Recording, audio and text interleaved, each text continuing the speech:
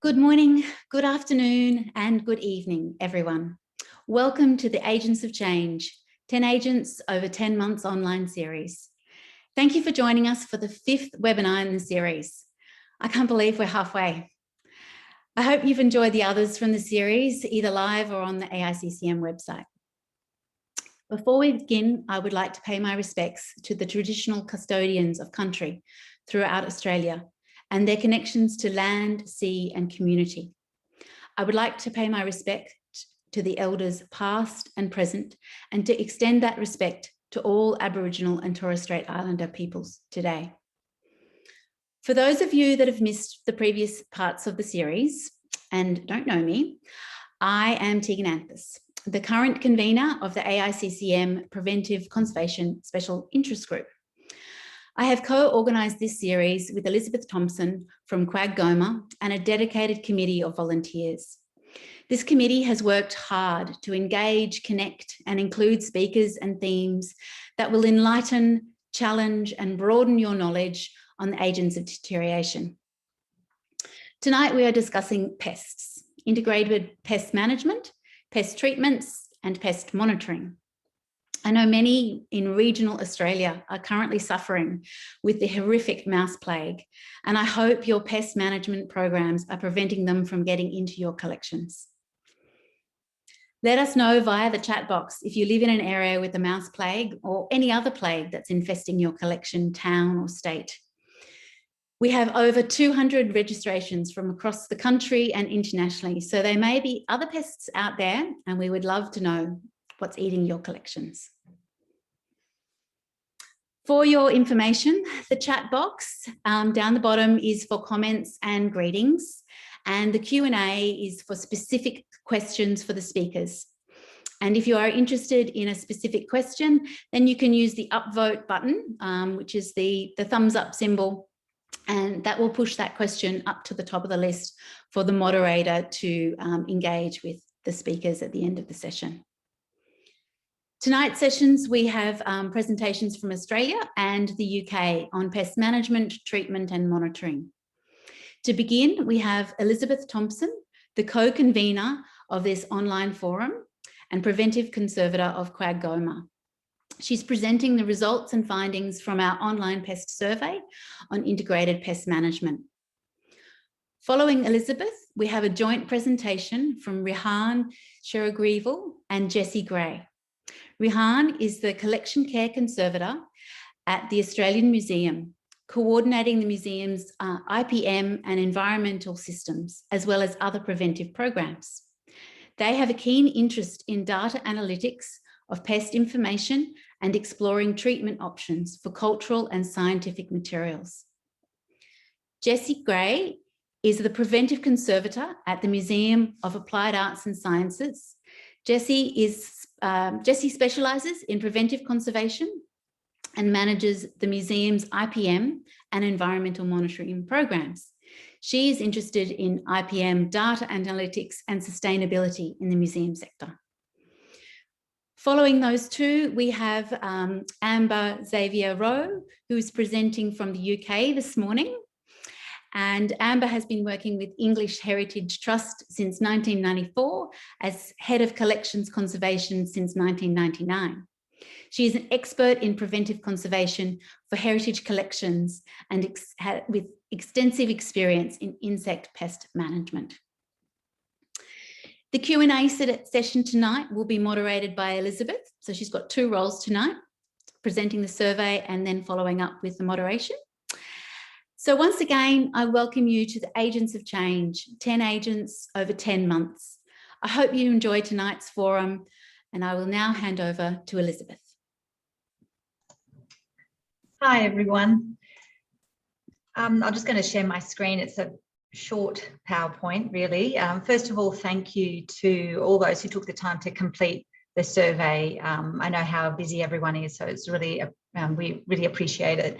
The Agents of Change Committee, along with the help of Rehan and of course the AICCM, put together just a basic pest survey of 15 questions to find out what people were up to in the world of IPM.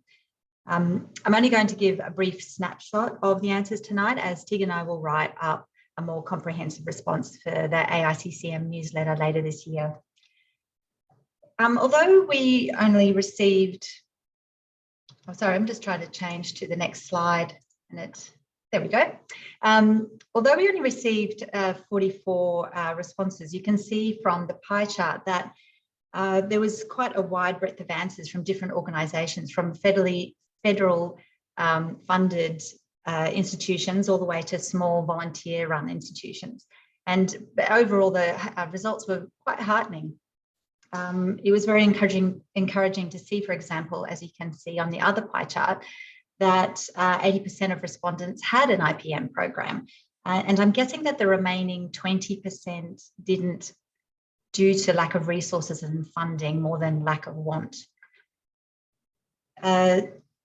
When it came to the types of insects found, it was not surprising, in Australia at least, that there was a wide breadth of pests: spiders, cockroaches, rodents, lizards, birds, possums. The four pests that posed the most risk to collections were case-bearing moths, carpet beetles, wood-boring beetles, and webbing clothes moths. So in light of this statistic, it will be most interesting to hear what Amber has to say regarding moths later in her presentation. I think that these statistics would change quite drastically depending on what part of the world you were from. And I'm not sure exactly if the respondents were all Australian or if it was international. We need to look into that further. But one thing I was surprised about with the greatest risk stats was that only 10% of people said that drugstore beetle was an issue, as we've had quite a problem with them here in Brisbane. Not surprisingly, blunder traps are used by net 97% of respondents, and monitoring was carried out monthly by nearly 60%. And I think these answers are again positive because they demonstrate quite active IPM programs. So again, a positive statistic. When it came to the types of treatments used to prevent or treat pest infestations, freezing came out on top at 76%, which is another positive stat, because I'm sure this is quite a change from 20 or so years ago when chemicals and pesticides would have been far more prevalent.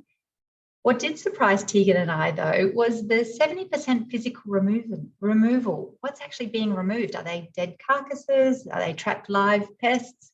If anyone's got any explanations, please put them in the chat. Anoxic treatments, which are a great option, but are thought to be expensive and tricky.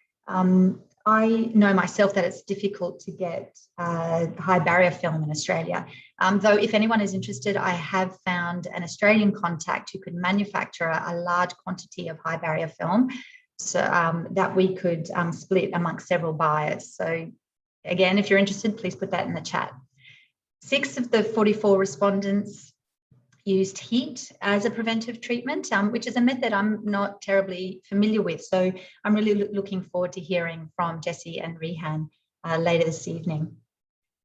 The 8th question of the survey asked whether organisations used fumigation or chemical control measures and what types were most often used. And not surprisingly, some form of pyrethrin, either natural or synthetic, was most common, with 1/3 of people using this treatment. Most often employing external contractors to spray their areas. Now, I'm not sure if this reflects a lot of trust in the contractors, or if this is an effective treatment, or if it's just an acceptance of a common practice. We also asked what measures people had stopped using. And chemical measures were the comment that most people made. And while chemical measures aren't the most common method, they are still heavily used by the sector. But there were a lot of comments in the survey that said that this method was done under the direction of Australian biosecurity, so otherwise wouldn't have been carried out. I thought this was quite an interesting fact. Another method that people had stopped using was the webbing clothes moth lure, as they found that the cost outweighed the benefit. I might throw this question to Amber later tonight to see if she has any insights. One comment made in this question was a very good summary, I thought, of why people had stopped or reduced using chemical treatments. They said that they'd stopped fumigation because of environmental reasons, they'd stopped gamma radiation due to object risk, and they'd stopped naphthalene due to health risks. And I'm sure many of you would agree with this statement. I believe that an important part of IPM is the spread of information, and more than half of our respondents reported back to their organisations, but a third didn't at all, and there wasn't very much external communication. So this was interesting because a lot of people also commented that they that casual and informal conversations and that type of communication was often where they found their most crucial information. Now, of course, we snuck in a COVID question. We were concerned that COVID may have interrupted a lot of the IPM programs, and this did seem to be the case. But people seemed really just to press pause, and then once they got access back to their buildings, they were straight back into their programs. Tegan and I will delve more into this and also the minutiae of the survey in our paper later this year. So that's all for me. So thank you so much for listening. I hope I didn't bore you with too many statistics, but now we'll move on to the stars of the show tonight and begin Rehan's presentation. Thank you.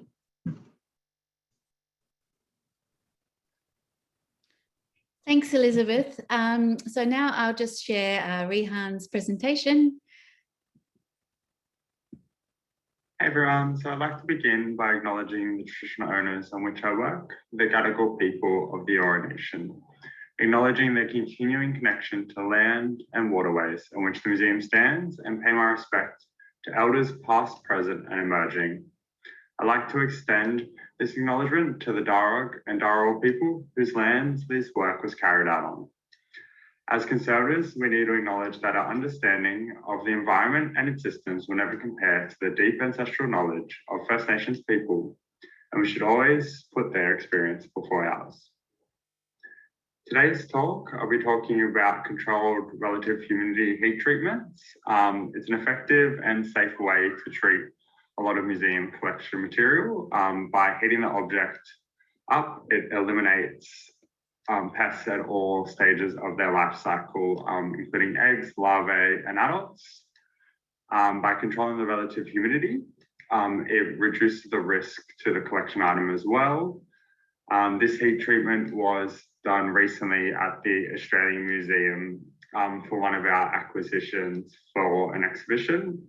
It was done effectively and we saw good results. So I wanted to talk about kind of some of the things that we did. And one of the things we did was we used a commercial operator in Sydney that predominantly treats incoming material for aquas. And this collaboration led to us forming a relationship with them that was really important for the success of the treatment, in kind of how we strove for them to meet museum standards, but also relied on their deep knowledge of heat treatments and the whole process, and how it was a two-way relationship for us to kind of build on each other. And I think that's really important kind of moving forward and kind of finding those relationships where we can rely on different people's knowledge and kind of also share the museum's knowledge with other people. So controlled relative humidity heat treatments involves two elements: the heating of the object, reaching its core above 50 degrees Celsius, which is when insects start to be killed. And at around 55 degrees Celsius, you see permanent damage to the protein, lipids, and DNA, which ensures that they're all limited across all three life stages. It is an effective and safe non-toxic method to killing insects. And by keeping the relative humidity stable through moisture content added during the treatment, you're able to see minimal distortion with the object. So the National Trust was able to test this through acoustic monitoring and saw less movement in the objects than during their day-to-day operations it would see in their historic houses. it is an effective way with ensuring minimal harm to the objects. So heat treatments can be done inside and outside of chambers, but the advantage of using a chamber is controlling the relative humidity to quite a small percentage. So we used it in a chamber because the object we knew was acquisition material. We wanted to keep those conditions quite tight. Also within the chamber, we're able to control the incline and decline of the conditions of the chamber. So we are really able to set those parameters based on what the object needs and what we think the object can handle. So it has a lot of advantages in that way. And heat treatments have a relatively short temperature and treatment time. So the advantage of this is, especially with our treatment, is that it had a short turnaround. We had an exhibition schedule to meet, like everyone knows, and we needed that short time to really activate that treatment and get it done so it could be installed. Obviously, it has significant disadvantages depending on the object. Definitely not all object types are suitable for this treatment, and really having a strong understanding of what the object is made from and how it was made is crucial. And especially with TGs and other materials that can melt at the temperatures required or deform, you really have to understand that before undertaking a heat treatment. Like all pest treatments, whether it's low temperature or anoxic, you do have to, I guess, have that understanding of what is going to happen to it. So before undertaking this treatment, I had been in discussions with a variety of institutes across the world on how they were using heat treatments. So I'll be discussing with 80 from the BM, as well as reading papers by Tom Schrank from the Canadian Conservation Europe, as well as a commercial operator across Europe called Thermalugan, who also run facilities in Southeast Asia at the Sarawak Museum. And kind of understanding of their treatment times, lengths, and kind of problems that were occurring. So just kind of developing that understanding, but there's definitely a framework for using these kind of treatments, especially around natural history objects, as well as solid wood objects and furniture. And what we're seeing from other institutes is that they're able to complete these treatments quite successfully with minimal damage or risks to collection items. So the background of the treatment from the Australian Museum's controlled relative humidity heat treatment, it was a cultural object that was coming in for an exhibition. We had quite a short turnaround from when the acquisition was coming in to when it had to be on display, which kind of ruled out anoxia, which would have been probably more of a standard option that we would have gone with in the past. But also low temperature was ruled out due to cultural sensitivities around handling the object. So we're really left between a rock and a hard place with this one, which is why we started investigating heat treatments, as well as other things, but heat treatment came out as the #1 priority of what we could do. And the other thing was that it had an active wood borer infestation when it arrived at the museum that we were unaware of before it arrived, but we needed to get this treatment done before it entered any collection spaces. Otherwise, there was a high risk to other collection items on display and within our stores. So I had already done some prior research around heat treatments available in Sydney, just kind of background understanding of what kind of environment we're working in Sydney in case something like this did happen. So kind of had that groundwork already going, which is definitely saved us a lot of time. But the contractor that runs the chamber in Sydney is EcoTreat, and there's other chambers around the country. It's approved Aquis importing methodology. Aquis's kind of treatment prescription is a lot more harsher than what would be advisable for collection material. And certainly people could argue what we're treating is appropriate. So if someone ever wants to go down a path of having that discussion with Aquis, if you have any incoming material, I'm sure they have been lenient, I know, in the past of some things, depending on the methodology. So it could be appropriate as well if Aquis is prescribing a treatment. But EcoTreat had a background somewhat in museums in that they had written it in their business case, but they never treated a museum object before. Their main kind of resources were grain material. So they were doing quite different treatments to what we'll do for museum objects, but they were kind of had a background and some understanding of what we needed to do. So the first step for us was kind of coming to a mutual understanding of the conditions of the treatment and what they could acquire in an appropriate time frame. We had to try and negotiate as gentle as possible. Obviously, heating an object to the temperatures required takes some time, but also having the chamber operating for a longer period of time would have cost us more money and may not have been appropriate with their scheduling. So we kind of came to an understanding that allowed us to fit in a heat treatment schedule within the timeframes we needed, as well as what worked for them. And definitely having those discussions around security, cultural sensitivities to non-museum staff is always kind of a challenge, but we really took the time, and EcoTreat were really fantastic in acknowledging that museums kind of operate in their own little bubble, and they wanted to really join in and jump in that bubble, which was great. Also, we were able to gain so much knowledge from them around heat treatments, as well as how to deal with aqueous for other projects we had coming up in the future, which was great. So after our discussions with our contractor about what would be appropriate treatment for the object, as well as consulting the literature, especially from Strang, we were able to come up with a treatment methodology of heating the core temperature, which is a separate piece of wood with a temperature probe in it of comparable size to the object, to 50 to 55 degrees Celsius for a minimum of 3 hours, with a challenge of RH of less than 10%. To achieve that, we had to get an external air temperature of 17 degrees Celsius, which was probably a bit scary to begin with, but upon investigating the object and what materials it was decided that no kind of TG or lacquers that applied would be affected by that temperature. So just doing that research and material type was really important beforehand. And Robert Clendon, who was the cultural conservator at the time, really did a lot of research and condition checking the object, which was really helpful to work with him on how the object was made, as well as the materiality of it. And the treatment can be broken into 3 stages. There was the increase period of raising the core temperature to the appropriate temperature and holding that period for the 3 hours required. That lasted 19 hours. And then after that, we allowed the chamber to slowly, naturally return to ambient. So ceased heating and kind of started having external air come in at a slow rate to kind of slowly start dropping it down. That lasted 24 hours.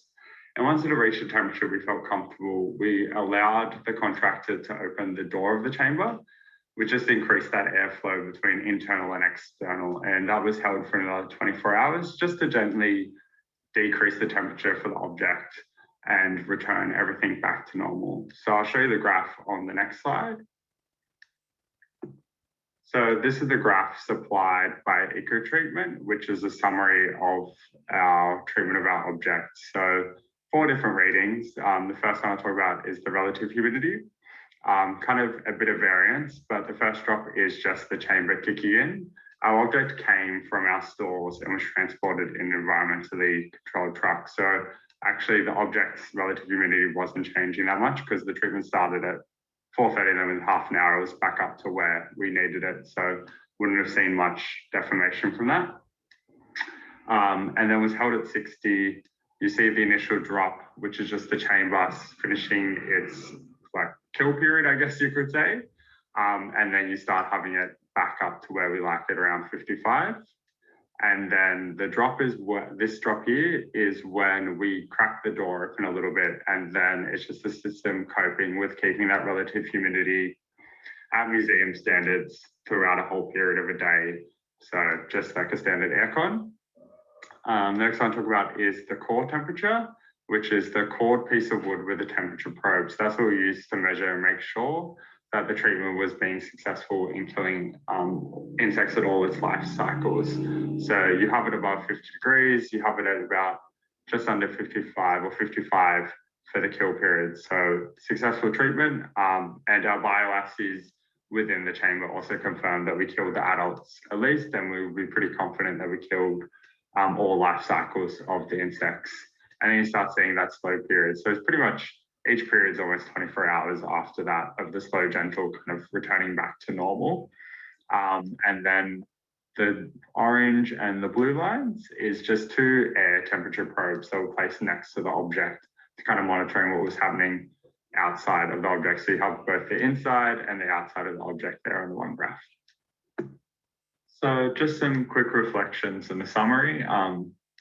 The heat treatment using existing contractors definitely saved us time, and we're able to plug in to existing local knowledge, but it required us to build that strong collaboration approach with EcoTreat and kind of coming to an understanding of what they were capable of doing and what we required as museum professionals and what kind of variances that we knew the object could handle. Definitely heat treatments aren't suitable for all materials. It just requires us to have that deep understanding of materiality of the object, as well as any collaboration with the artists, traditional owners, to understand what they are comfortable with as well. But definitely for us, we're able to complete a treatment successfully.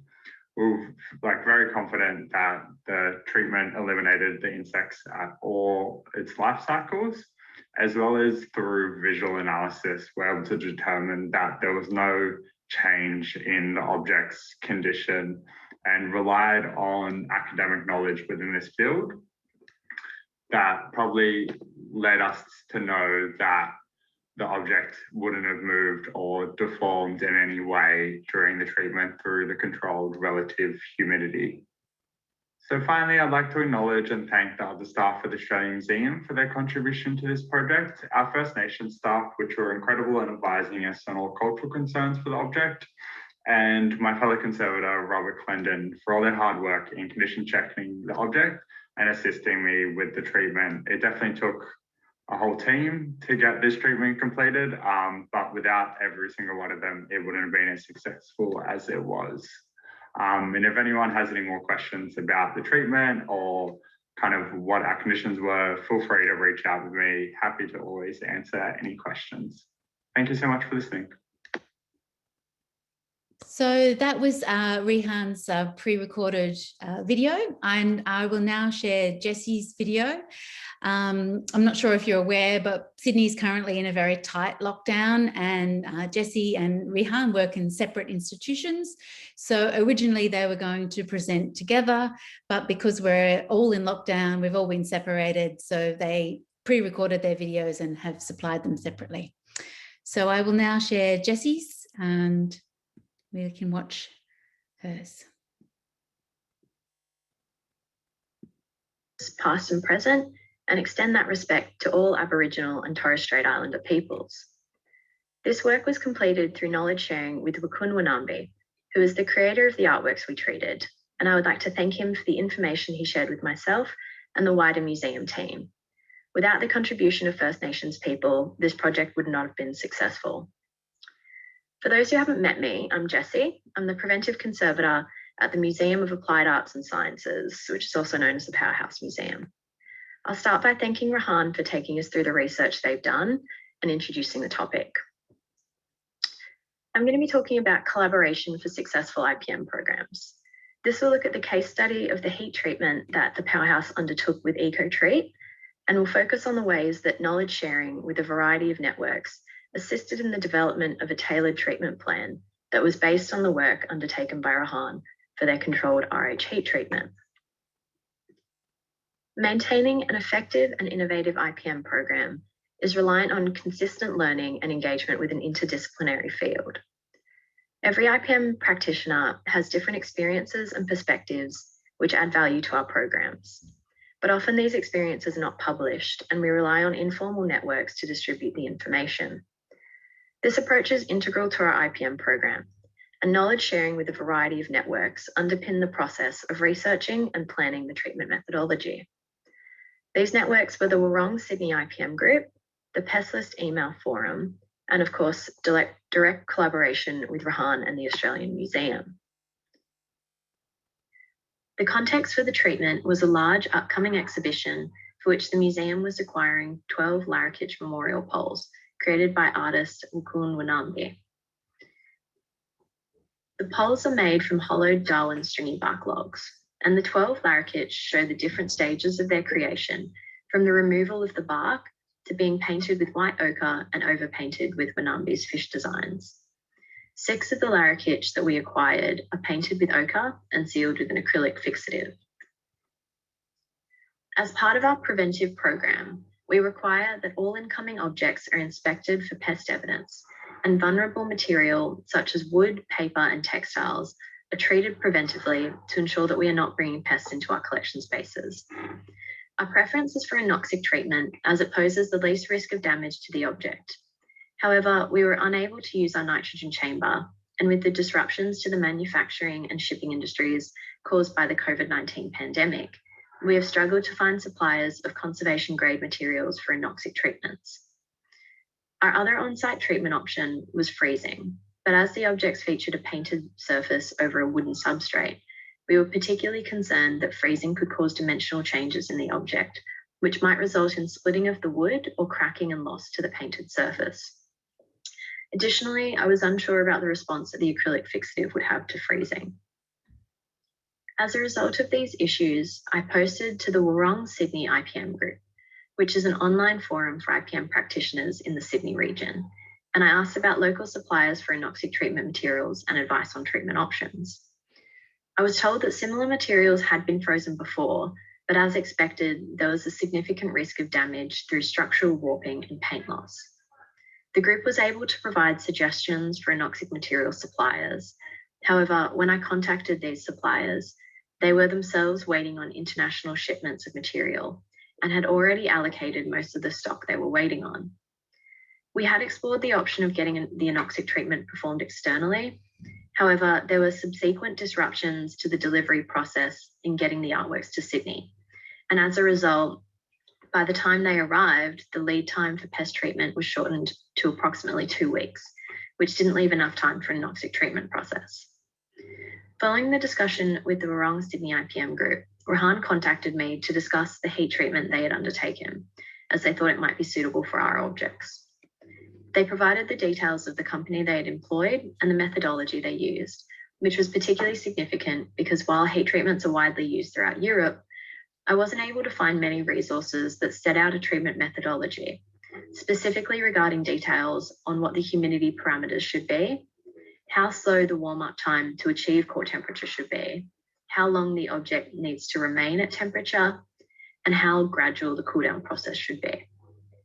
So the information that Rehan shared was integral as it provided us with a methodology, a contractor, and a facility that we knew had experience in treating museum objects, and also a case study treatment that showed this methodology and contractor had been effective and had not caused damage to the object. As I began to consider heat treatment as an option, a few concerns emerged that became a priority to resolve before proceeding. The impact of humidity fluctuations was the primary issue. I discussed this concern with Rehan, and they were able to show me the graph they were given by the company, which tracked the environmental conditions during the treatment. I could see from this graph that while the humidity did undergo changes, the methodology that Rehan had implemented created a gradual change rather than a rapid fluctuation. I then contacted the company to discuss options and what they thought would be suitable for our materials, and we developed an initial methodology. Our next concern was regarding the effect of temperature on the larroquet. While there is research available on the way that wood reacts at elevated temperatures, there was little evidence on how the natural pigments would respond, and we needed to consider the acrylic fixative as well. We were able to get in contact with Wanambi, who provided the details of the specific acrylic fixative he used, and so we were able to source and test the material. To do this, I undertook some trials using pieces of wood painted with ochre pigment and then coated with different amounts of acrylic fixative. These were then placed into a cold oven and brought up to temperature at 70 degrees, which is the air temperature we were advised by the company to use during the treatment. They were held at 70 degrees for 4 hours. Then the oven was turned off and they were left inside overnight to simulate the planned gradual cool-down process. The oven was not humidity controlled, so when the mock objects came out with no damage, it was a good indication that the risk to the paint and acrylic from a heat treatment was low. We also considered the history of the larroquet in our decision-making process. We knew that the material had been in an environment with temperatures reaching to 35 degrees, and there's a much lower gap between 35 and 55 degrees than there is between 35 and -20. So a heat treatment seemed more appropriate to this material than freezing. A few other logistical considerations to note were that the company provided a secure facility with 24-hour surveillance. They had a loading dock available for us to use. They provided pallets for use in the chamber, and they had equipment available to move the pallets. The final methodology we developed for our heat treatment followed the general structure that the Australian Museum had taken, with some slight changes for our material. Our overall treatment time was shorter because the wood was a lot thinner and took less time to come up to temperature and to cool down. We ended up holding the material at a core temperature of 55 degrees for a period of 4 hours. To ensure that the shorter treatment period would be effective in killing insects, I posted to the Pests email forum, which is an international forum for IPM practitioners. This put me in contact with several IPM experts in Europe who use controlled RH heat treatments regularly. I was able to discuss our methodology with them, and they confirmed that they generally use shorter treat times, even as short as 1 hour. We then optimized our cooling down period using the data that Australian Museum provided. We noticed that the temperature gradient began to level off after 6 to 8 hours. And so we set our initial cool down period for 8 hours, and this is with the chamber off and the doors closed. The second cool down period, which is with the chamber doors opened, was then carried out for 12 hours, allowing the objects to acclimatize. So the treatment was successful, and we found no damage at all to the objects, and we were able to get the treatment complete in a 3-day period, which included packing and transporting the objects to and from the facility. This then gave our exhibitions team more lead time to prepare supports. In the process of undertaking this treatment, I collaborated with local and international networks to develop a suitable methodology for the treatment of the larrikage. This meant that we were able to protect our collection, and also that the information and experiences which were shared have been collated in these online forums and now exist as a point of reference that can be accessed again. This reinforced the importance of being involved in IPM networks and communities, particularly in Australia with our variations in climate and seasonal changes, regional disaster events, different access to resources and local animal species. All of these factors will impact pest presence in collections and the resources and options that are available to manage them. So having local knowledge sharing networks such as the Wurrong Sydney IPM group is so important to figure out what's happening in your regional area, what other institutes are experiencing, and being able to share resources. The desire to ensure object safety and understand how materials will react to new treatments can be a barrier to the use of new techniques, materials, and methodologies. By collaborating and resource sharing, we provide opportunities for practitioners and institutes to break down these barriers in order to facilitate improved IPM practices as we strive for the best care of our collections. So that's the end of my presentation. And lastly, I'd like to acknowledge Wukun Wanambi as the copyright owner of the larrikage. And I'd also like to thank Vanessa Pitt and Maddie Riley for the photographs they provided. So thank you. Thanks, Rehan and Jessie, for your presentations. They're super interesting, and I can see that there's quite a few questions for you for after Amber's presentation. So now I'd like to welcome Amber Xavier-Rowe to share her screen and her presentation. Welcome, Amber. Good evening, everyone. Hopefully that's working and you can all see the screen and hear me. Well, it's brilliant to be with you in this kind of crazy world, the Zoom universe we're in these days. I was really thrilled to be invited to share with you my passion for insect pest management. We've been doing it for quite a few years at English Heritage. It's coming up to 25 years. Hopefully these images can give you a glimpse of the type of collections that that I'm responsible for. So English Heritage is actually an independent charity. We used to be connected to government and funded by government, but from 2015, we were released, so to speak, with a lump sum to help us on our way. And we're responsible for the presentation and care of over 400 properties across England. 136 of them have collections, and we estimate over 1 million objects, and 10% are on display. The largest majority of objects are archaeology, and you could say, well, archaeology isn't particularly at risk from insect pests. We do have a sort of side issue about the wooden pallets that the archaeology is stored on, but that's another story. The majority of the collection, the rest of the collection, is made up of social history, decorative arts, and fine arts, books and archives. And these, there's a substantial number of organic materials on open display. And you can see the spread of the sites with collections in this map. So I thought I might start with just reflecting on, what is the risk from insect pests, and why are we so concerned about them? And well, if the conditions are right, and you have vulnerable collections, the damage can be catastrophic.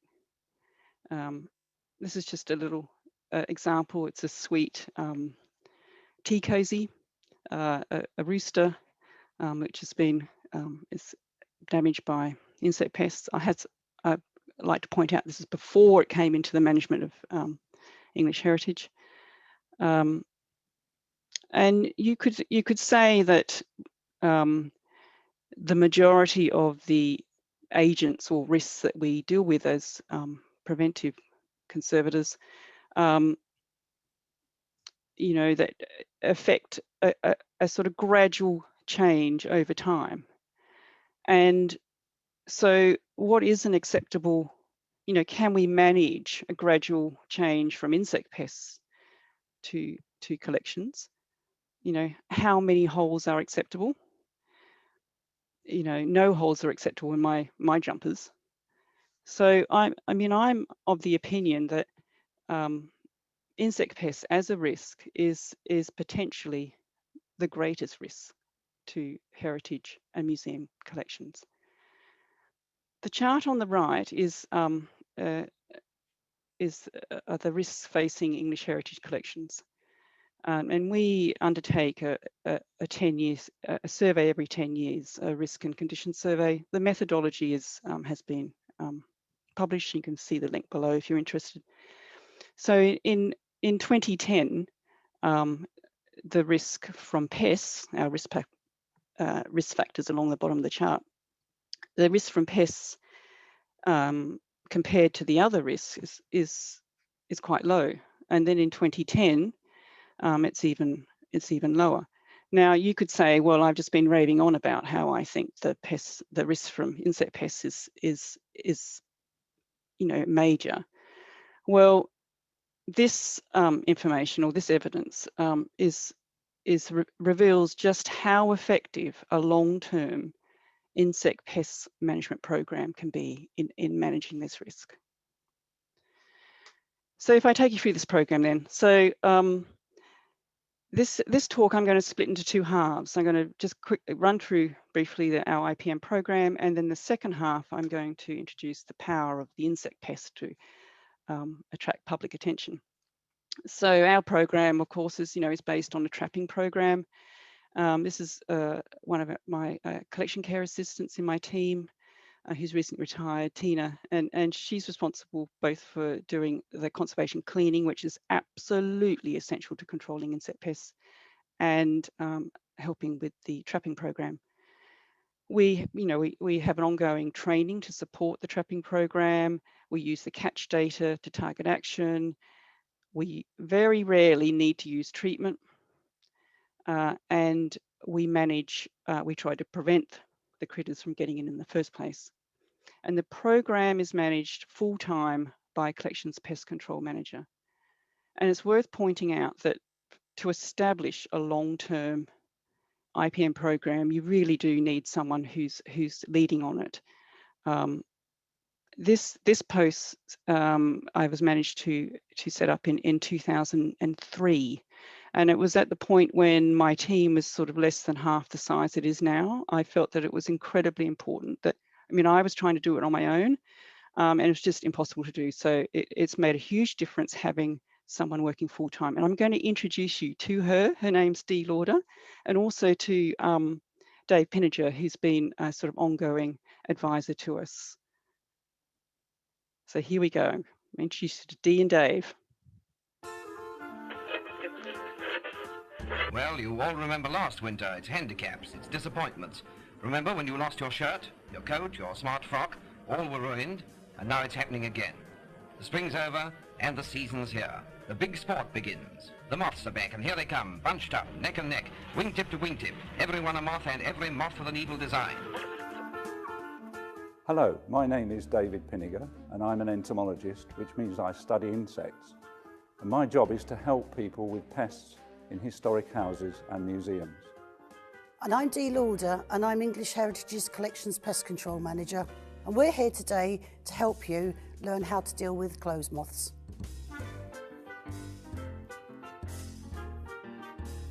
Clothes moths are small and silvery gold, and you'll see them flying around the house. And they don't do any damage at all, but they lay eggs which hatch into tiny grubs or larvae, and they are the things that cause the damage. Clothes moth larvae will eat a lot of different fabrics, but only those which have materials of animal origin. So we're talking about wool, fur, feathers and silk. The larvae have jaws at the front which work sideways like bolt cutters, and they will cut through fibres of carpet or your best woolen. So that's Dee and Dave. So if I just touch on our trapping program, it covers 70 sites across England, and we've divided the sites into 3 categories. Category A, we check the traps 4 times a year. Category B, we do it twice a year, and category C, we don't actually have traps in place, but we do a visual check once a year. The catch is identified and recorded by the collection care assistants and conservators in my team, and annual IPM site reports are prepared and circulated to all internal stakeholders, and this is all systemised and managed by Dee. And we use the standard insect monitoring sheet, which is available for people to use if they desire from our website. You can see the link below. We focus very much on making sure that we get the ID correct, because as we're all familiar that some of these things, insects are very similar. And so we've been publishing an insect pest poster since 1998. And this is the recent edition. Here it is in the flesh, so to speak. It's available, again, free from the English Heritage, if I get it the right way around.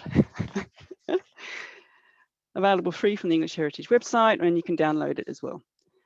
And also like to highlight this website, what's eating your collections. And we use this site because it has much more detail in terms of different sorts of insects and help you make the all-important ID.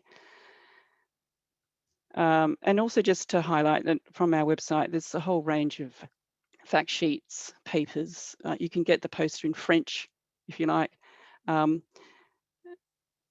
So in terms of the second sort of part of our IPM program, it's all about training and support. And that's led by our Collections Pest Control Manager. And she does a lot of one-to-one coaching. And she puts us all on refresher courses to make sure that we're up to date with the latest insect pests. You know, the grey silverfish is a new kid on the block, for example. And generally about keeping us up to date about developments in IPM. And we were a founding member of the Pest Odyssey group. And I think there's a conference coming up in September, which has just been announced. So the focus of our training support is also on working with the site teams, the conservators and the collection care assistants, in getting them to clean their sites. And because as we all know, thorough cleaning is the first way to deal with insect pest risk. We use the data actively from our catch results to identify where they're coming from and to target our actions. Conservation cleaning is the number one thing. It helps us to deal with issues like cluster flies, sweeping chimneys, helps us to identify leaks, block down pipes, drains, birds nesting, dead animals. The example here is from Walmer Castle. You can see the trap locations in red, and trap number 12, we were catching a lot of case-bearing clothes moth, and that was located in the fireplace. We then cleaned the chimney, and a lot of, well, 6-bag rubbish bag full stuff came down the chimney, birds' nests and dead birds. And this highlighted to us the risks from chimneys, particularly in historic houses where we no longer use them, so they're no longer swept. And the trapping program helps us to identify which chimneys need to be swept. So when we do need to do treatment, we use an insecticide, low percentage permethrin, 0.2% insecticide it's water-based. It's called Constrain. It's available in the UK. And we have used freezing, and we use heating, and I'm a real advocate of heating. And we can probably talk about that after the presentation, but we have had no damage from any of our heat treatments, and we've heated a whole range of materials from fine art through to ethnographic materials as well. And in the past, we have done large-scale freezing treatments where we've taken on a property with significant insect pest problem. And all of this treatment is combined with thorough conservation cleaning. And then the final element of the IPM program is preventive action. This is about, the first thing is in our situation is to avoid introducing wool, any form of wool, into the space, so to speak. So woolen curtains, carpets, underlay, and wool insulation. And we're increasingly using synthetics. And the packaging is becoming an issue too, with bringing in the grey silverfish. We need to check all the props and exhibition materials, sets for film shoots and costumes and so forth. Again, combined with thorough cleaning. And then when we're doing new building projects, we need to avoid gaps and ensure that we avoid creating dead spaces, and make sure that any, intakes for air conditioning systems, for example, are properly sealed against insect pests. So this example here is very kind of a dull picture, but it illustrates the point about this, is that just recently, about a month ago, we discovered an infestation of case-bearing clothes moth in this wool, blue wool felt, which was introduced about 5 years ago without the awareness of the conservators at the time. Another story. So we're in the process now of, we thought we could manage this, the wool felt in this collection. We've decided we can't, and that we are removing it all and replacing it with polyester. So let's move on to the power of the insect pests to engage public, IPM public engagement. This is a chart of a webbing clothes moth total numbers caught at our properties from 1997 to 2020. In 2008, we started using moth pheromone traps. And you can see from 2015 to 2016, there was this remarkable jump in numbers. And those numbers have been sustained. And although interestingly, in 2020, they're starting to drop. So we used, this is, from our perspective, we can absolutely clear that webbing clothes moth presents the greatest risk to our collections and to historic house collections generally in the UK. It's the #1 bug. So we use this information to help create a PR campaign, public relations campaign called Operations Cloths Moth, designed to encourage members of the public to help us catch webbing cloths moth. And I'm going to hand you over to my media self to introduce what this is all about. You're getting the public to help you. How's that? Well, we were really keen to know why webbing cloths moth are rising in the UK. And it's not just the UK, their numbers are rising across the world. And we think it's something to do, obviously, with temperature. They like it warmer. And so we're keen to kind of understand what the spread is across England. And so we're going to ask the public to come into our properties and pick up a free trap, take it home, put it out in their home for a couple of months, and then go to the English Heritage website and record what they catch. So you're crowdsourcing your We research? are. We're starting off a research project, and we're fascinated to see what's going to come back. Who would have thought insect pests can make global world news? Anyway, so we, created a online form for members of the public to complete to fill in their catch results and other information. We were specifically looking for them to record webbing cloths moth and the paleback cloths moth, Monopus crockicapitella. And I'm really pleased I can say that Latin name. The paleback cloths moth, the one on the right, is a new kid on the block. So we were interested to see what was happening in people's homes with this insect pest. So the data came back in September 2017, and we distributed 4,500 traps, and over 200 people participated and returned data. And we had a lot of webbing cloths moth, and actually a surprisingly high number of the paleback cloths moth.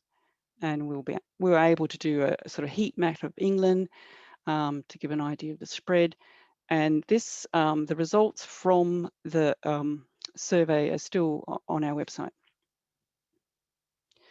So one interesting insights from this experiment was that we asked members of the public to record when they spotted damage. And 40% of them came back and said, yes, they'd seen damage. And from that, we could work out a kind of threshold of when numbers equaled a big issue. So it appears that around 7 webbing cloths moth on a trap indicates a fairly safe situation. But if you're moving above 7, and when you get to definitely 31, you are in infestation territory. When I first started this donkey's years ago, we were aiming for 0 webbing cloths moths. We're now learning to live with them, and 7 is a really good result. So as part of this campaign, we did a press release, which resulted in it was the most successful press release that English Heritage has ever done in terms of the pickup across all media. The newspapers had a lot of fun with it. It was the reporting was really accurate, and it was interesting, and it was fun, and they managed to spell conservator correctly, which is one of my bugbears. This is from the Daily Mail. I'm just going to read the first couple of paragraphs because I really loved it. It's so it's saying, had English Heritage launched Operation Cloths Moth on April the 1st rather than April the 6th, it might have invited suspicion. Members of the public have been asked to do many things over the years, but inviting them to keep tabs on the nation's cloths moths, those unwanted interlopers in our wardrobes, is a first. It's hard to imagine the French or the Germans doing something so exquisitely eccentric.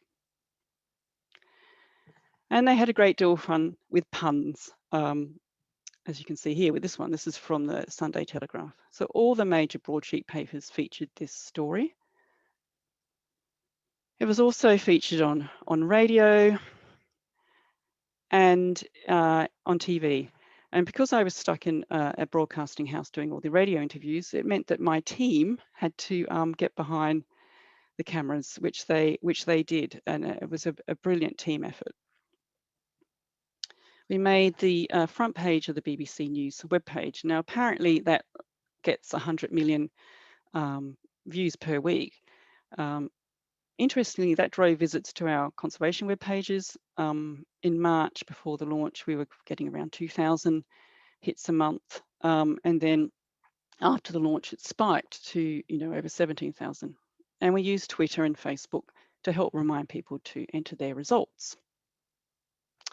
And then our marketing department built a whole website around the campaign to support it.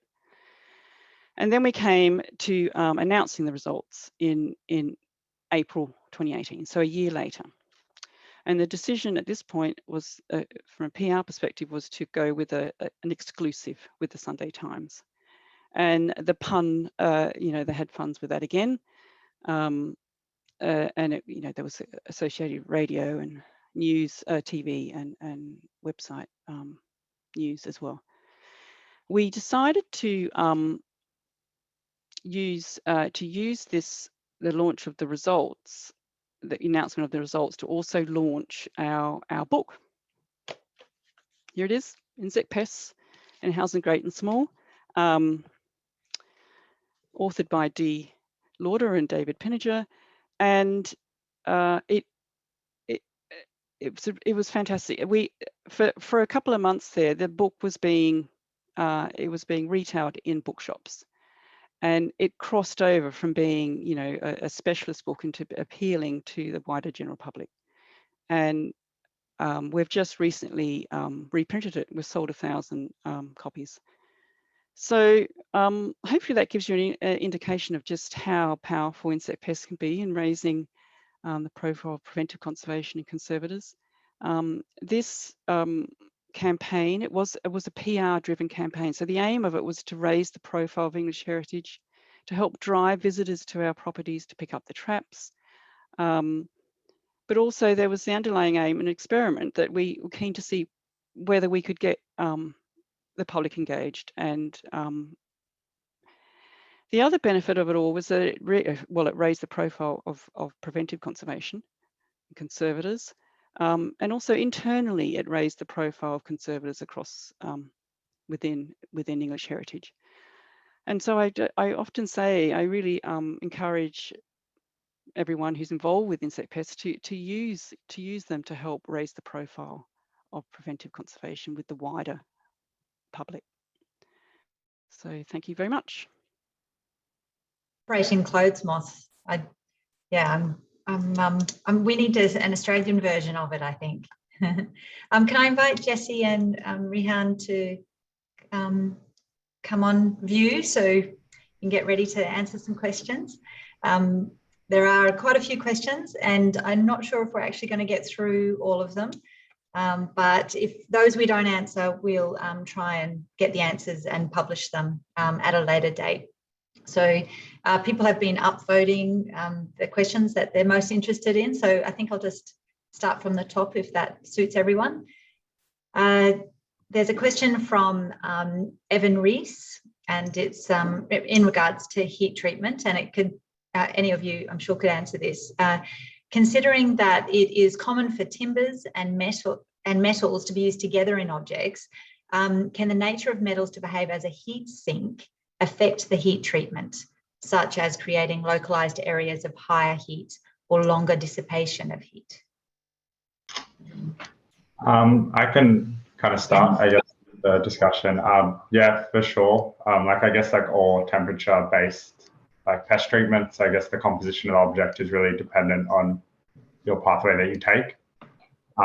We were lucky that we didn't have a metal component to our object, but that it would affect it, and definitely how the object's made, and kind of looking at all the components is really critical.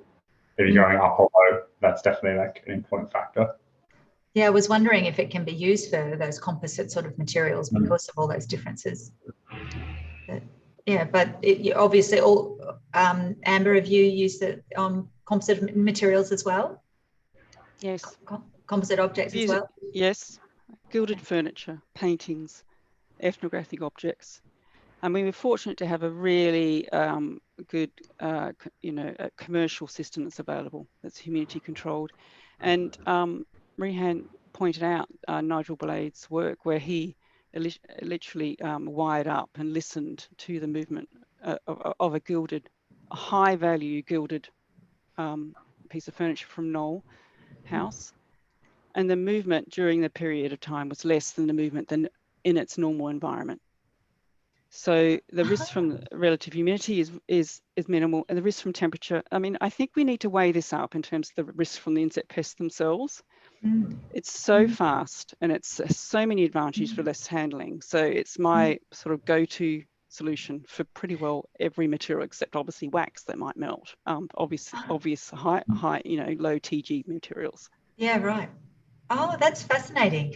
One of the questions that is in the list is that from Sarah Jane Rennie. She was asking, in Australia, is that 50 degrees, 55 degrees enough to kill all stages? Because, I mean, we have days of that here. So, and that doesn't kill the insects. So how do you explain that? Well, like if you look at Strang published a full list of kill rates and temperatures, and I suppose on like a hot day, like insects have coping mechanisms, like anything, but within a sealed container, they can't really escape that temperature. And I think Sarah asked in that question about coring and density. Yeah, we cored our object. So like we had a similar piece of timber, same size with a core temperature probe. So we were sure the 50 degrees was reaching the center of that.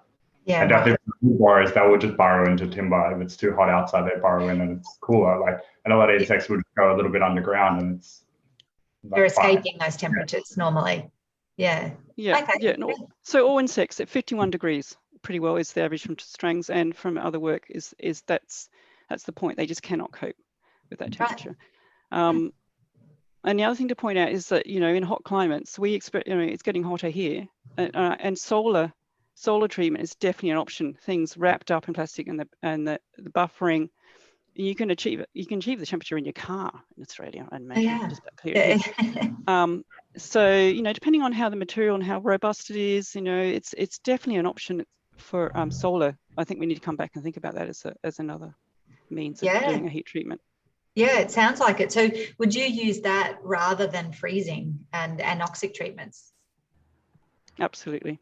If we're doing large scale heat treatment, we're about to do one in a month. We're fortunate to have the trailer. You know, we don't need to think about trying to work with someone to get the conditions we need. We're working with a company, you know, with Thermolignum, and they have a standard protocol over many years, and we've used that for a range of collections over many years with no issues. Yeah, wonderful. I'm sure everyone's loving this information. I'll move on to another question now. This is from Casey Albert in Sydney. Hi, Casey. She's asking about the larroquette poles. Was there any evidence of live insect activity in them, and or has anyone else experienced live activity? We've also got some of those poles at Goma, and while there was evidence that there had been insects, it wasn't active. Yeah, sorry, that disappeared for a second. So she did find a live gecko on hers, but not an active pest infestation. Jessie, would you like to? Yeah, so we didn't find anything live. And then I guess there were a couple of factors that sort of influenced our decision to treat.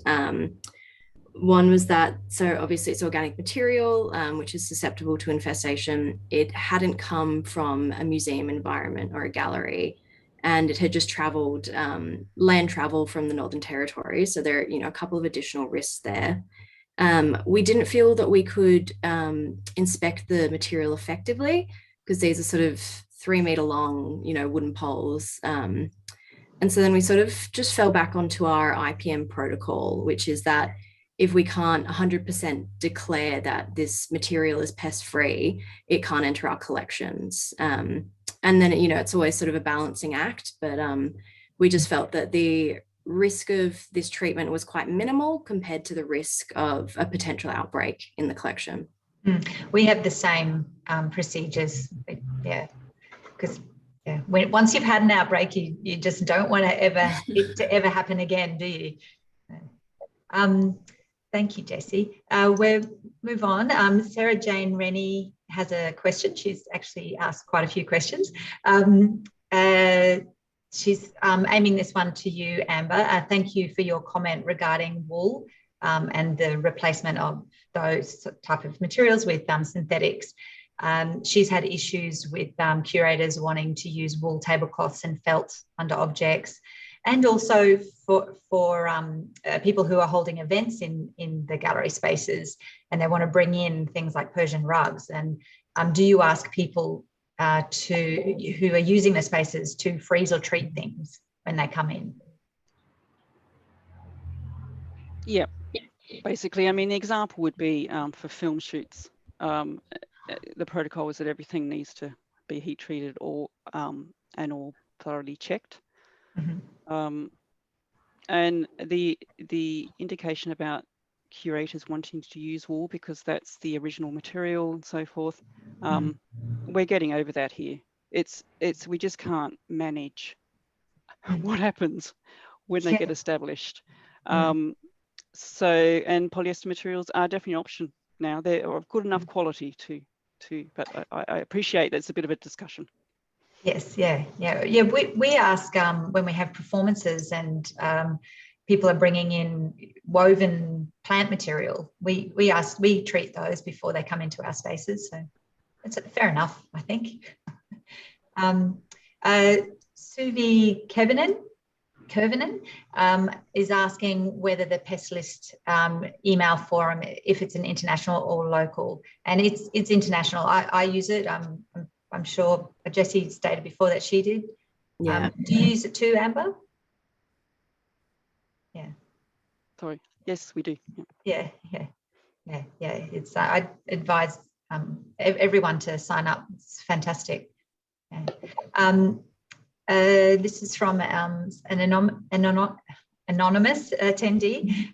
I apologise for my ignorance, but I'm keen to understand what is the cultural sensitivity reason for the object that Rehan was involved with, why it couldn't be treated with low temperatures.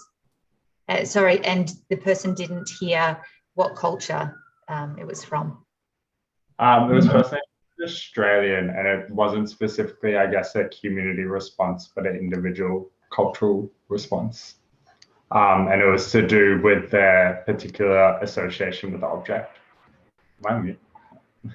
So I think you said before it was who could handle it and who couldn't, or? So the issue, so we originally said low temperature, and the issue was the artist particular did not feel that was appropriate for the object. Yeah. And it was from the First Nation community, so it was a spiritual object. Yes, right. So yeah, I wouldn't say you can't really, I guess, pinpoint a culture and be like, these are the cultural protocols, especially when we're not from that culture. We have to talk to community. Yeah, it's quite individual, isn't it, too, depending on the object. Yes, there's so many different meanings behind, so we just take their advice, and those constant discussions between our First Nations team and community are constantly ongoing for all treatments and everything. Yeah, it's wonderful that you've got that consultation going. Yeah. Question for Amber. What criteria, I was wondering this too, is used to assign sites to your category A, B, and C in your trapping program? Yeah, well, it's all around the number and type of collections, and whether they're on open display.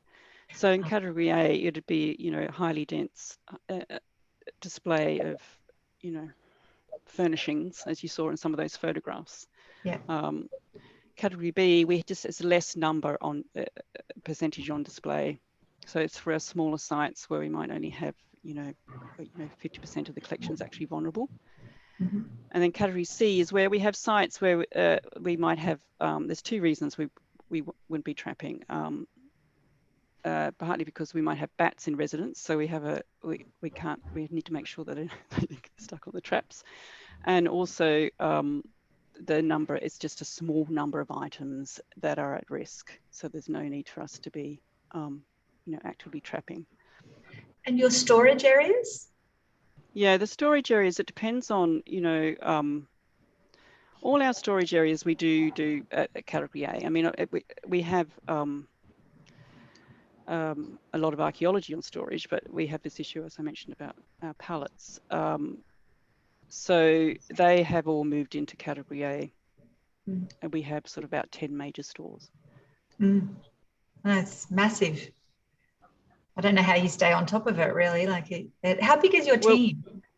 Our team's 26, so and that's 11 conservators and 11 collection care assistants and 3 scientists, and D at the centre of it all, managing and keeping it all systemised. And we do keep on top of it with that resource. Oh, wonderful. There's another one for you, Amber. Thanking you for your presentation. This is from Lisa Addison.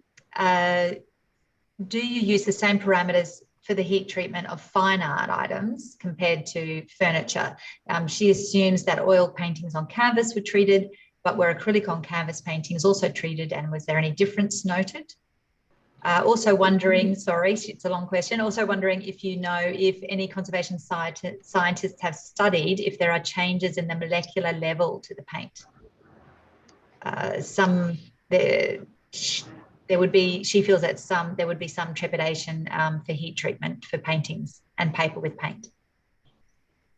Well, we don't have any modern artworks in our collection, so I don't need to cross that bridge in terms of acrylic paintings. And acrylic paintings, I think there is a question over those. I haven't had a direct experience of heat treating polymer, modern polymer films.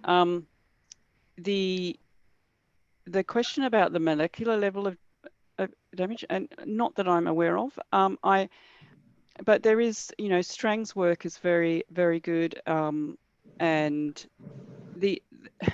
I think we need to move into a debate here in terms of the risk from the pests themselves. There's 2 things you need to. Number one, that is the risk.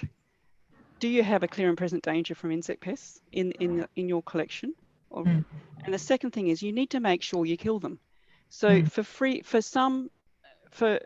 items of wood and so forth, to ensure that you actually are penetrating into the centre to deal with wood borers is absolutely essential. And I could argue that with anoxic and freezing, there's a question mark over, if you don't do it correctly, that you actually get efficacy. And there's also the length of time you're doing it for. Yeah. So the heat treatment's very. So I've really got over. The molecular damage. Yes, there probably is slight change. We know that paper. We're looking at temperature represents. As you increase the temperature, the paper lifetime decreases. This is only for a small percentage of its lifetime. So when you factor all that in, I'm very comfortable, as are a number of people in the UK and Europe, to do it for a broad range of materials. So. Fascinating. Well, Jessie, your experiments were for acrylic paint, were they not? No, so we were using natural, we had an ochre pigment that I used to simulate the ochre on the larachich. Yeah. Right. Oh, we did have an acrylic fixative on the top. Oh, that's right. Yeah, that's what I'm thinking. We were able to check the KD of that, which was really good. But then we just ran it through the experiments anyway, just to sort of, get a good idea. And that, completely fine. On the molecular level as well, there has been, I think 80 did experiments on DNA of entomology collections, and there was no changes. So the course doesn't directly apply to all polymers, but there is kind of some investigations into that. Which is always a thing for scientific collections. If you change the DNA, you're a bit... Yeah, it's a bit of a problem. But it's sort of interesting, someone pointed out, the difference between, I think it might have been Jessie, between 35 degrees to 51 degrees. I mean, our collections are sitting in temperatures now much higher. So that just to poke up a little bit to deal with this major risk, it can cause catastrophic damage, as I pointed out, if you don't get it right. Seems to me a slight poke for a little bit rather than a long poke for a longer time. Yeah, it makes sense. This is a question from Erica Satori. The museum I have been recently hired by has no formalised IPM strategy yet. What practical advice can you give to establish an effective IPM strategy in an institution that has a history of infestation problems but no specific data on the current state of the infestation. If I can just jump in, this is something that we're sort of going through at the moment. I think establishing your IPM policy has been, is just foundational, because once you have that and you've sort of got that signed off by the different groups, your facilities, all the different teams that are involved in that, you can just say, it's now in our policy that we have to treat anything incoming, or we have to, do effective monitoring. So I think just as a baseline, that's, for me, the most effective thing you can have. And it's something also you can keep returning to and say, yeah, this is how we deal with this situation. It's been signed off by, the museum as a whole. So this is how we're going to proceed. And then once you've got that in place, you can sort of start doing all those other aspects of IPM strategy, which is, you start your monitoring, you start your data analysis, all those sort of other aspects. It's important to get agreements between all your departments. That's your kind of starting point, isn't it? I think anyway. What about you, Amber? Yep, absolutely. I mean, it's a really good point from Jessie's in terms of having the policy to start with. I would highly encourage that actually to start the trapping as well, and not to do it. I mean, once a month is quite. We can't sustain checking the traps once a month. We do it 4 times a year, and that's absolutely adequate to give an indication of the risk. So you might, and I think once you start the trapping, you start showing what you're catching, and start telling the stories about which of those insect pests are a risk to the collection. That helps to bring everyone on board, and if you can involve them with that process and discovery, and then gradually, incrementally build and make sure that policy that you have outlined is getting embedded. I just started trapping in the beginning at one property. Yeah. And that started the whole thing, going forward, and just get those traps out and start telling the story. Yeah. Good advice. The next question. Put the poster up everywhere, by the way. Get the poster and stick it up. We've got that poster. It's fantastic. Yeah. I'm going to get the new one now. I didn't realise that you'd updated it. Oh, yeah. No, definitely. There's an anonymous question. Says which materials and objects are treated with heat, but I think we've answered that during our discussion then. Another from Sarah Jane. Rennie, do we have confirmation that heat treatment kills all stages in that time frame? Yes? Yes. Yeah. Again, Strang's article outlines that very clearly. That's on the Museum Pests website. The reference will be there. I think I referenced it as well. I replied to someone else's comment, so Sarah Jane can find that, or whoever's interested. Well. Yeah, I think we'll all be doing a lot of reading. Yeah, and the What's Eating Your Collections website that I guess many of you are familiar with, there's a fantastic list of just about every insect pest management paper out there ever, if you're ever looking. It's all available there to download. I meant to point that out. Yeah, it's really useful. Oh, excellent. I think hopefully someone will put that up on the chat. Actually, you might not be able to download it. I think it might just be the reference. Oh, that's a good starting point.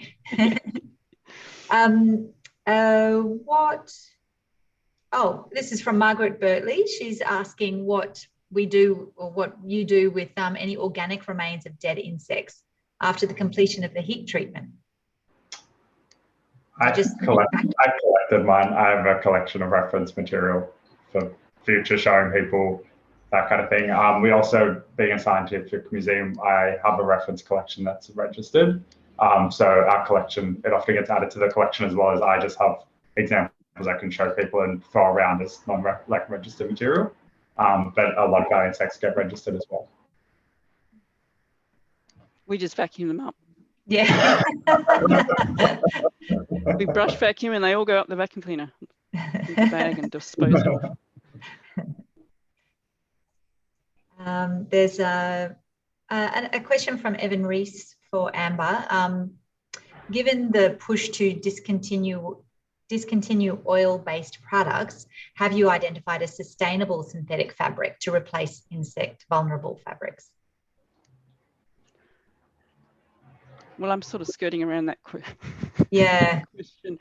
No, I think that's a good point and something that we'll need to look into, but, you know, not at this stage, but I'm sure there is. Thank you for that nudge. Yes. And it is a shame because wool is a sustainable product, but it's if you look at the cost associated with managing the impact it has, that, you know, and all the extra time and energy to do that, well, I'm afraid it shifts it out of being sustainable. Sorry, just checking my. There's another question about pheromone traps. Are you using pheromone traps to track moths? Moths you know, or are they a general moths pheromone? Do you want me to do that one? Yeah, for you, Amber. Yeah. And because Sarah Jane was saying that she's always concerned that pheromone traps can attract new friends if not positioned correctly. No, they're not strong enough to attract moths into the rooms or space.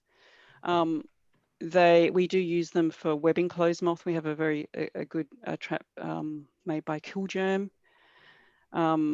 It's reasonably, you know, for a pack of 10. I was just making a note because you asked, gave me a teed up that question. It's, you know, £7.80 pound, and because we're only changing 4 times a year as well. Remember, so we're managing all twice a year at some sites, and we're doing it at 21 sites where we have a particular, you know, that really vulnerable collection. It's our key indicator for webbing clothes moth. We do use a pheromone for the case-bearing clothes moth at a number of specific sites where we know we've got an issue, but case-bearing clothes moth is definitely less of an issue for us. And we're catching moth on blundered traps as well. So yeah, that's not a massive cost. I mean, it is over the number of sites you have, but it's our key indicator because we know we can see the numbers. We can get a better picture sooner of where we've got rooms with webbing clothes moth rising, so we can get in sooner to deal with it. Yeah. That one's been done. This is from Margaret Bertley in regards to Operation Cloths Moth. Can you tell us more about the correlation between domestic homes and heritage properties? That is, do the results from the crowd-based activity correlate with your own observation of pests in English heritage properties?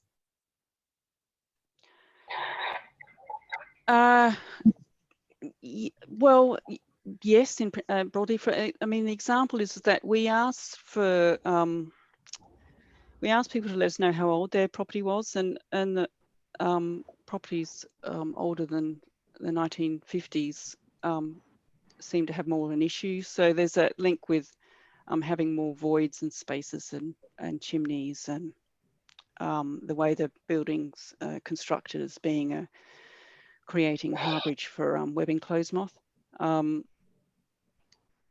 The only thing that didn't correlate, which was interesting, is the amount of powderback clothes moth that seems to be in domestic homes, which we're not seeing at nearly the same numbers in historic houses. And I think that's probably because we're on top of the cleaning more than might be happening in domestic homes. So I think that answers that partly. Yeah, thank you. And another anonymous attendee would like to know Amber, your opinion of anoxia as a preventive treatment.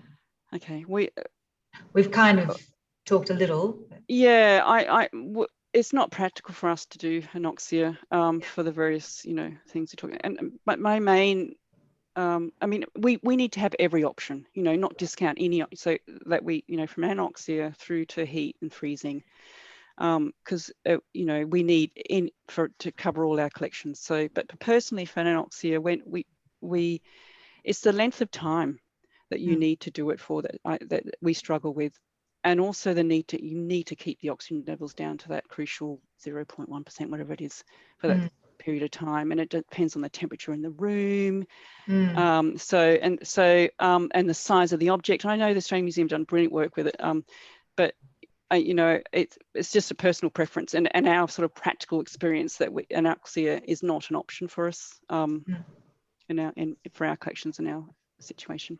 Yeah, it's kind of an individual with object and the institution, the decision to be made, isn't it? There's just a couple of questions. So I know we're at the end of time, but do you want to keep asking and answering a couple more? Or? Sure. Yep. Just for a few more minutes. It's sort of like coming up to 11:30 here. It's probably getting later for you guys. Yeah. Oh, no, it's 8:30. It's 8 p.m. It's not too bad. What was the reaction of the public, and what about the conservation of the insect population, which have many benefits to the natural world and the conservation of our planet? How was this balanced? Well, yes. Well, we did have a little bit of an episode with a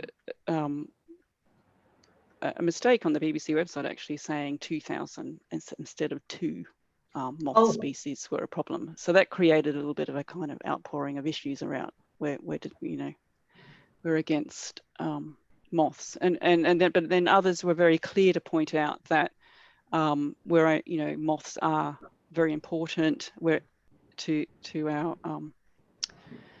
to nature, so etc. But there's only 2 that are really a problem, and they've moved indoors, and they've specialised in munching stuff. So we're not. Sorry. Oh, I was just going to. You're not aiming to eradicate the species as such. I'll be quite happy to eradicate it. There's no way we're going to not eradicate this species. They are unbelievable. They have adapted and moved indoors, and I think a lot of our insect pests that are coming into museums have adapted and really are enjoying themselves. I don't think we're at any risk of decimating their species in the outdoor environment. Yeah. Thank you. Erica Satori says, thank you very much to you all. Excellent points from everyone. On a related note, what are the best trapping methods in your experience? We're mostly dealing with Anobium punctatum in our collection. Anyone? Do you want to go, Regan? Depends, I guess. Yeah, like frequent checking and changing traps. I think location is always good. If you're not getting it somewhere, but your objects are getting infested, maybe you need to change your location. Non-complacency is probably the best method to trapping. Yeah, for Anobium or just is be systematic about where you're locating your traps, and keep that we keep the same location going forward, but you do need to check beyond the traps. You need to check your collections, and Anobium it depends on the weather. They will fly quite a distance, but if it's cooler they won't. But we do count up bodies because if we have a particular problem, we also count the number of actual insect pests that we're seeing. So in one store we have a big problem with Anobium, and so we count 100 bodies, and so it's a combination of trapping and observation. Well, it was interesting when you were saying about the moths that seven were not really a problem, but then 30 something, that's when, you've got to act, jump on it. Yeah, ideally, probably 30, you're probably in the middle of the thick of it. So you kind of lost control of it. I mean, so somewhere around 15, somewhere between 7 and 31. And I think that's your judgment of your knowing your situation and whether the degree of risk from those numbers. Right. Actually, I've always used, I guess, as a twofold approach as well, like where you do have that systematic approach of like you check the same traps every quarter. I do as well. But then pinpointing, like you can put out additional traps as well as you're like, okay, maybe they're happening over here, I'll put more here, and then you slowly find your problem over time. I guess they can be both at the same time, which is always helpful. Yeah, that is a good point, Regan, and we do that when so we'll deploy temporarily, 20 or 10 pheromone moths if we can't quite pinpoint where they're coming from, to help us work out which part of that room is where they're concentrated. Jessie, you were going to say something? I was just going to comment on sort of Amber's previous point. Some of the things that we're currently building into our IPM protocols the idea of pest thresholds, which is sort of laying out, if we find high risk pests, which we've sort of categorized in database, then, finding this many high risk pests means we take, this level of action. And it sort of goes down for moderate risk pests, where, increased monitoring, those sorts of things. So yeah, it's an interesting thing to add into a program. Yeah. That's really, an intelligent way of doing it, because we know that, spiders and so forth are pretty low risk really. But no, that's an interesting point, Jessie. Yeah. Thank you. Jessica Martins asks, is there experience with leather or parchment materials and heat treatment? And also passes on their thanks. Yes, we do have treated leather, upholstery associated on furniture. Yeah. No problem. Parchment, well, it depends on the object again. I wouldn't be putting the Lindisfarne Gospels through a heat treatment. So it depends on the significance of the object to a degree, and what insect pest you're dealing with, to whether you would choose to use heat. But parchment, I would reflect upon that before putting parchment through heat treatment. Right. Probably just one last question. This is from Lisa Addison for Amber, saying, I understand from a Dave Pinniger presentation that Australia carpet beetle is slowly colonising the UK. Are you finding problems with them? Yep, they're starting to appear in small numbers. Our biggest issues are Thrina's Favasci still, the sort of normal carpet beetle, but we are getting a range of other carpet beetles coming in. Yep. Yes. Australian carpet beetle has made it. The Australian spider beetle is also prolific across our sites. Where they come from, Australia originally, I'm not quite, anyway, it's called the Australian spider beetle. I can't remember its Latin name. I should sort of have it, sort of impregnated on my brain. But if I go to my poster, Pictus tectus. There you go. And is that one a pest of a risk though to collections? The spider beetles are increasingly becoming. Yeah, we have a range of them, and I don't know whether they're in the UK, but they're indicator of bird's nests, and they will move into plant material and dried food. Which is not necessarily a collection, but plant materials are. But they're an indicator too that you've got other issues. Yeah, other issues, indeed. Well, thank you very much. I greatly enjoyed that, and I could tatter on for another hour, I think, but we better wrap it up now. I'll pass back to Tegan, so she can say goodbye to everyone. Informal thanks. So, thank you. Oh, thank you all. That was so fascinating and interesting. And I certainly have a few great ideas that I can take out to the museums that I work with. I really appreciate all your input and innovative ideas that you've put forward tonight. I can see from the discussion that, monitoring and trapping is really, it's the foundations of a good IPM. And I'm pleased that that's what I've been telling my museums. So let's hope we can discover what pests they've got. Thank you also to Elizabeth for moderating and also sharing the survey results. And as we mentioned, we will write up those results in the AICCM newsletter for the future. So thank you all for being a part of the 10 Agents over 10 months series. Please note that any additional questions, I'm not quite sure if there were any more questions, but if there were, we aim to try and answer them on the AICCM website in the webinars section. So we might be in contact with all the speakers from tonight to follow up with some of those questions and any of the links that we didn't get. So finally, a short promotion for the next session, which is going to be held on the 31st of August, and it's on the topic of pollutants. Now, the 31st of August is a Tuesday, so we're breaking the mold for the next session. So put that into your diaries. It will certainly be worth it. This next session, we have one of the people that was asking a few questions tonight, Lisa Addison, is going to present to us from the National Gallery of Australia. And she's presenting about the bushfires that went through in the region in 2019 and the pollutant monitoring that they conducted there at the gallery. We also have David Thickett from English Heritage, a colleague of Amber's, and he will be presenting on a decision-making tool for pollutants in display cases. And finally, we have Jean Tetereau from the CCI, and he's going to be giving us a review of pollutant controls and guidelines. So this is going to be a super interesting night on pollutants. It's going to be our 6 agents of change. So I hope that you will be able to join us at the end of August, right at the end of August.